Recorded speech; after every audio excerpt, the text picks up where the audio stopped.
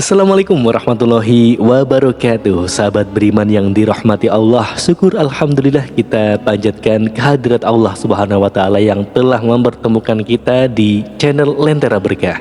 Salawat serta salam semoga tetap terlimpahkan kepada junjungan Nabi besar Muhammad sallallahu alaihi wasallam. Allahumma sholli ala sayyidina Muhammad wa ala ali sayyidina Muhammad. Sahabat muslim yang berbahagia, menyimak perkataan sahabat Rasulullah sallallahu alaihi wasallam, Sayyidina Abu Bakar As-Siddiq radhiyallahu anhu, yang mengatakan ada 3 hal yang tidak bisa dicapai dengan 3 hal lainnya semata-mata melainkan dengan izin Allah. Yang pertama, kekayaan tidak bisa dicapai dengan cita-cita semata. Yang kedua, keremajaan tidak akan didapat dicapai dengan disemir semata. Yang ketiga, kesehatan tidak akan didapat atau dicapai dengan obat-obatan semata.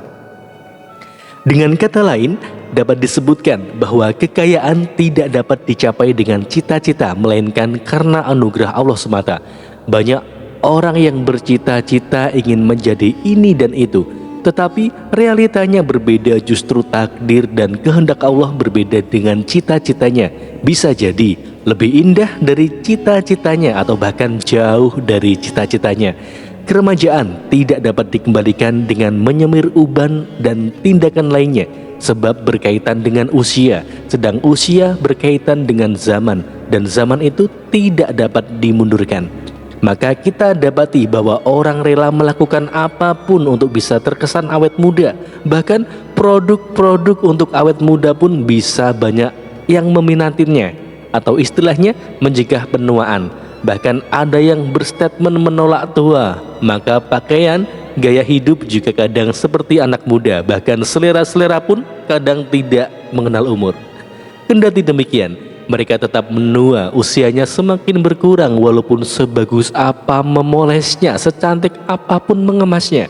Begitu pula halnya dengan kesehatan, ia tidak dapat diraih dengan memakai obat-obatan bila orang yang bersangkutan jatuh sakit, melainkan yang menyembuhkannya pada hakikatnya adalah Allah semata. Makanya banyak sekali kita dapati ada beberapa orang dengan sakit yang sama, kemudian datang ke dokter yang sama, dikasih resep yang sama, tetapi sembuhnya waktunya pun berbeda-beda. Bahkan ada juga yang malah belum juga sembuh. Bahkan kadang terjadi kasus salah obat, salah diagnosa dan lain sebagainya. Dan masih banyak lagi fenomena-fenomena yang kita jumpai hari ini sebenarnya sudah dijelaskan oleh Rasulullah, dijelaskan oleh para sahabat. Bahkan banyak ulama-ulama yang menulis tentang berbagai disiplin ilmu, baik ilmu kesehatan, ilmu alam, ilmu astronomi, ilmu botani, dan masih banyak lagi.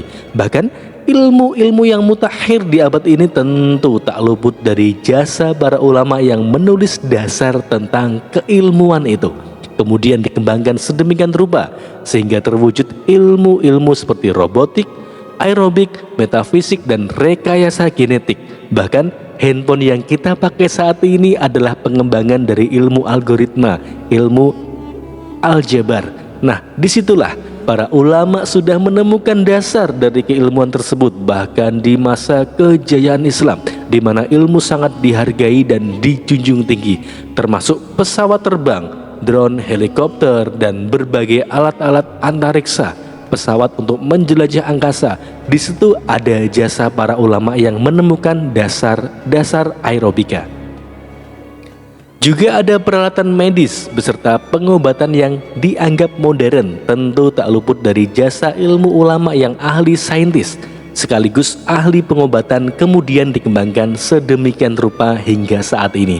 Dan masih banyak lagi fasilitas yang kita nikmati saat ini yang diklaim sebagai penemuan barat, tetapi kenyataannya adalah hasil temuan dari ilmuwan Islam.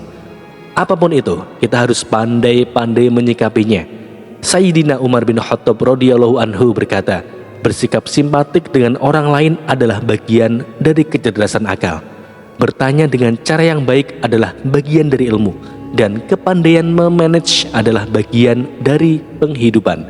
Bersikap simpatik kepada orang lain akan mendatangkan kecintaan mereka kepada yang bersangkutan berkat kemuliaan akhlaknya. Dan memang untuk berakhlak itu memerlukan kecerdasan.